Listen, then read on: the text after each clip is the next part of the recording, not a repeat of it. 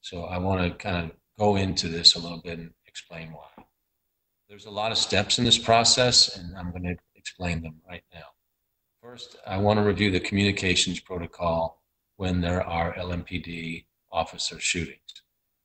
LMPD held a press conference about the incident at Breonna Taylor's home the day of the incident, providing all the possible details and personnel files of the officers involved.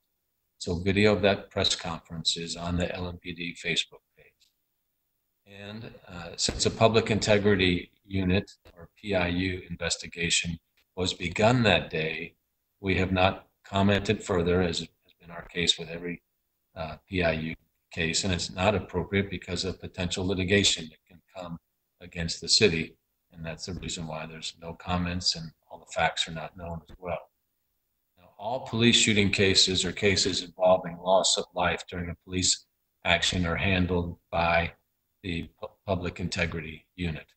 And these investigations typically take a few months, so there's nothing unusual about this one in terms of the time of it. This case started on March 13th of 2020. That was the date of the incident at Breonna Taylor's home. And the police expect to be wrapping this up in the coming weeks, and Chief Conrad certainly understands that this is a priority. Next, the case will be submitted to the Commonwealth's attorney to determine potential prosecution. If the Commonwealth's attorney, and that's Tom Wine, does not pursue charges, or once the case is over, the matter is handed over for review by the Professional Standards Unit, which could then lead to discipline from the chief if that's deemed appropriate. In this particular case, my office has been in conversation with Commonwealth Attorney Tom Wine's office. I understand that he will be recusing himself from this case as he has a conflict because he is handling the prosecution of the person who is charged in the shooting of Officer Madden. So Tom Wine has notified the Attorney General's office of his recusal. My office will be reaching out to the Attorney General's office to discuss next steps. In addition, I've also been in touch with the governor and will be reaching out to the U.S. Attorney's office about this matter. We all want to get to the same place, and that is to get to the truth as quickly as we possibly can. It's also possible that an independent investigation could be called for, as I have done for in the past. And my administration has always been open to review, and if that is called for, we will absolutely cooperate. I just want to emphasize that I represent the people of Louisville. I do not represent any special interest group. I do not represent any specific department or agency. My priority is simply the truth, getting to the truth, and let justice follow that. As for civilian review, there are 3 levels of that which already exist.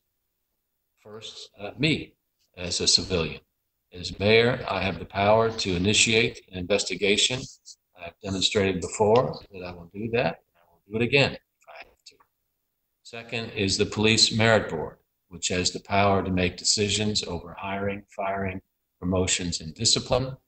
And third is the Citizens Commission on Police Accountability, which conducts a review to advise the mayor and the chief on the adequacy and quality of investigation and may recommend changes in police policy, training, and procedures.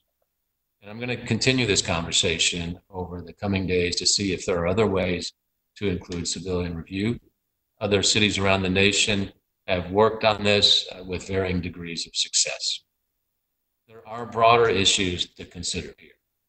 Policing, as I've said, is it's an unpredictable profession. Split-second decisions are often required, and we have to recognize the historically difficult relationship between law enforcement and communities of color. So, like communities across the nation, Louisville unfortunately has these same challenges, and we have been leaning into those over the years and will continue to do so. So we've always got to work on police and community relations. You do not sweep this underneath the rug. It is reality. That is why we've been working on it. We will continue to do so. And it's essential for us to do that to build trust in a community. That trust is necessary for all of our opportunities to flourish. Everybody has the right to do that. It's necessary to decrease crime in Louisville, and restoring that trust takes everybody. And I just ask people that as all of this comes together, my total commitment to trust in the process, transparency in the process as we work through this very difficult situation. And again, I just want to say when any loss of life takes place in this community, it's a very tragic day.